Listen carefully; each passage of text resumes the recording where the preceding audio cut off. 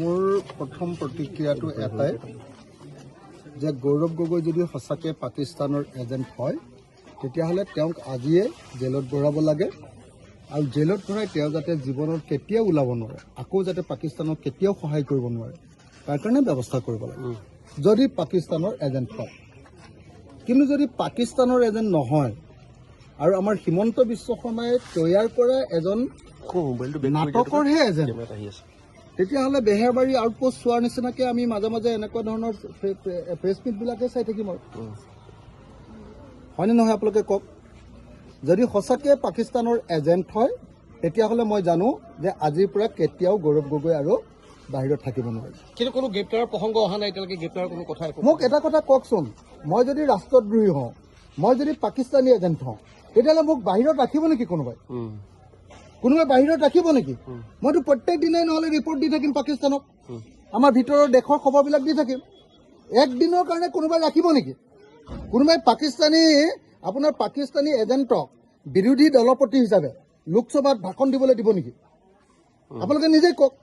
তেতিয়াহ'লে মইতো ভাবোঁ যে যদি গৌৰৱ গগৈ পাকিস্তানী এজেণ্ট হয় তেতিয়াহ'লে 1 নম্বৰ কথা আজিয়ে গ্ৰেপ্তাৰ কৰিব লাগিব, 2 নম্বৰ কথা তেওঁ সাংসদ পদ কেঞ্চেল হ'ব লাগিব, তেওঁ কংগ্ৰেছ দলৰ বিৰোধী উপদলপতি হিচাপে যিটো পদত আছে সেই পদৰ পৰা চৰকাৰে খেদাৰ ব্যৱস্থা কৰিব লাগিব আৰু তেওঁক চিৰজীৱনৰ কাৰণে এনেকুৱাকৈ জেলত দিব লাগিব বা ফাঁচি দিব লাগিব যাতে কোনো দিন অসমৰ কোনো মানুহ, ভাৰতৰ কোনো মানুহে যাতে কেতিয়াও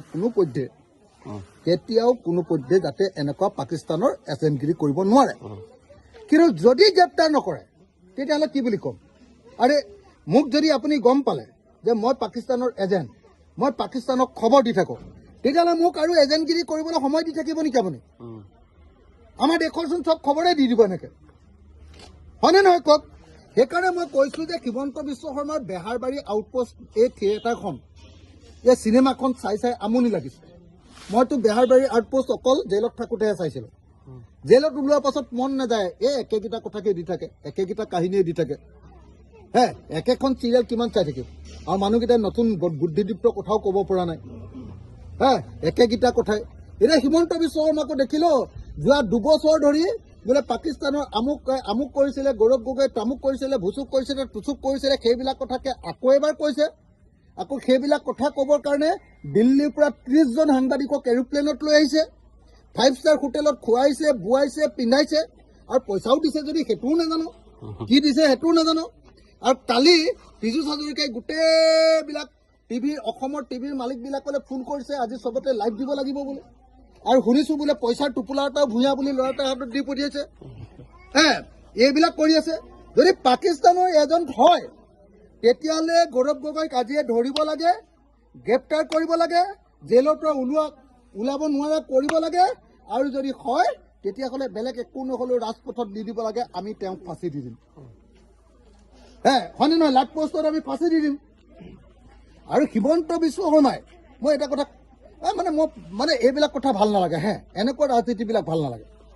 যদি পাকিস্তানৰ এজেণ্ট হয় তেওঁক গ্ৰেপ্তাৰ কৰক, আজিয়ে গ্ৰেপ্তাৰ কৰক।